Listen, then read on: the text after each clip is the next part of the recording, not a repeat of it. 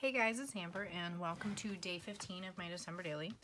So I am going to be working on a spread from Visiting with Family, and I have working on the back of this full-size 6x8 photo from day 14. So I have a picture of my family, picture of my parents and my sister here.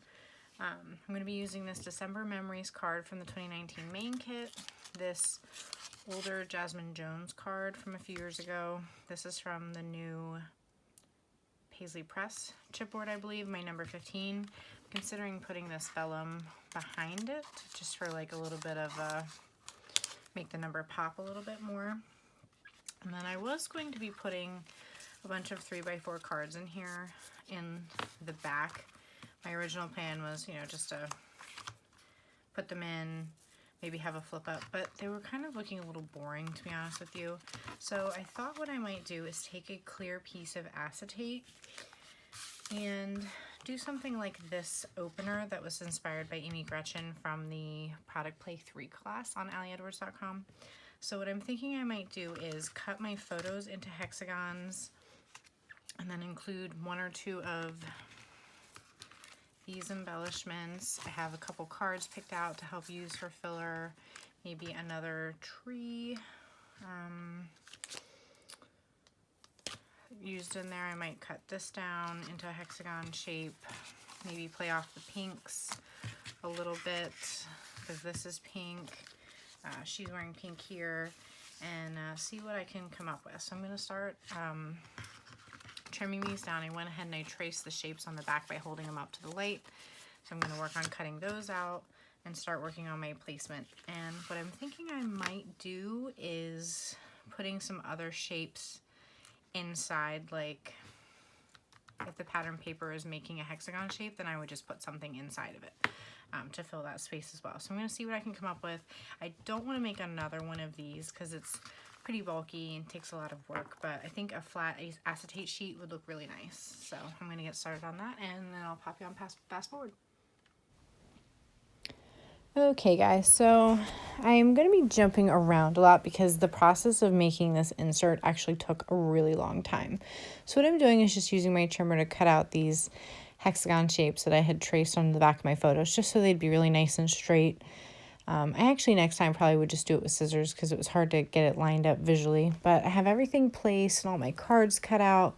Like I said, I really jumped ahead, and I'm just placing my photos down. The see-through spots all had, like the wooden tree and the cork tree didn't have anything on the back side, but the circles both did. Other than that, everything else had the same shape. The other thing that I wish I had done was I ended up changing my mind on some of the pattern papers, and I kind of had to like guess on the trimming because I didn't cut them out back to back before everything was adhered. So next time I would do that. But I ended up using this light green pleather piece because it actually had the year on it, and I had bought 2 sets of these because I loved them so much. But since this is the year 2019, I can't use it again another time. So didn't mind that I used both of them in the same album, and I think it gives it a little bit of a repeating element, which is kind of fun too. So I'm just backing that clear piece there. It's like a 1.5 inch, maybe 1.25 inch clear circle from the December Studio Calico kit. It said Joy, and it was going with my pink theme, so that worked out really well. But I was just backing it with white paper so the color would show through more strongly. I like see-through, but I don't like when things are dull, when it's like a transparent piece like that. So I was glad I was finally able to use that rubber piece on the back that says like these merry moments with the wreath. I tried to use it multiple times in the album. It just didn't work. So I was sort of trying to incorporate it with this one because it had some of the blue, red, and green, which is in my photos. So really happy with the concept of this page. I didn't love the execution. Some parts felt like a little bit forced to fill the space, but overall, the whole project, I'm pretty happy with the way it came out. That piece there that you see me cutting down and attaching, I ended up actually swapping out for a totally different, lighter, brighter pattern paper just to help lighten up the side because it's a little bit darker than the other side was. And you can see there I'm kind of, I had trimmed down that card from the Studio Calico kit that said my family a little too short once everything got placed. So I'm just actually digging and finding the extra scraps because it's a little brighter white than normal cardstock, just so I can put a little bit more across the top there. So sometimes that's how it goes with scrapbooking. So there you can see that was the piece that it had been cut from. And I'm just going to trim out a little bit extra so that it's filled in. And you can notice it slightly, but honestly, it's barely noticeable. So you can see I replaced that green holly paper with like a pink and multi-green striped pattern paper. And just getting some of the embellishments stuck down here and the extra pieces filled in. And then just trimming off the edges so everything looks nice and clean. Adding a little touch more of that holly pattern paper to the circle on the top.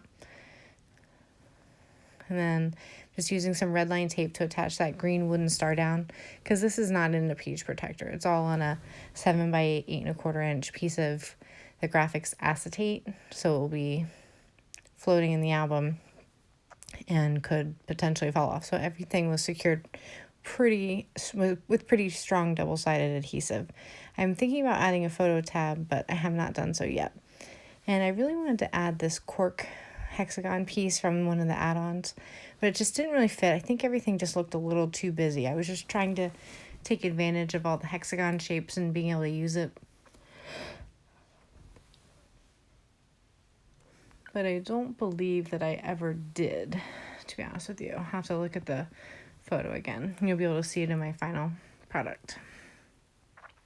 So you can see I tried really hard to like offset it or maybe put it in between like one of the corners somewhere, and then I end up just bagging it. So here I had cut out like, I believe that's a 2-inch circle from vellum, and you could notice the white number on top of that card, but I think it just helped it stand out a little bit brighter because you can hardly notice the vellum. And then that little Merry and Bright chipboard is from the Paisley Press chipboard kit, I believe, from this year. And it was just like the perfect dark red to help the little berries in that card stand out. And it also helps reflect some of the clothes we're wearing in the photo too. It's like a darker tone. So like the way that came out. Love that December Memories card. And I just wrote some journaling about how we were at my Aunt Sue's and what fun gift baskets my Aunt Vicky gave out to everyone, and how nice it was just to have my family together for the holiday. So just getting ready to add this into the album.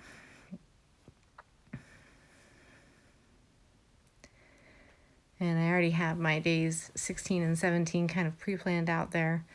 I was printing a bunch of photos at once and just trying to decide my placement.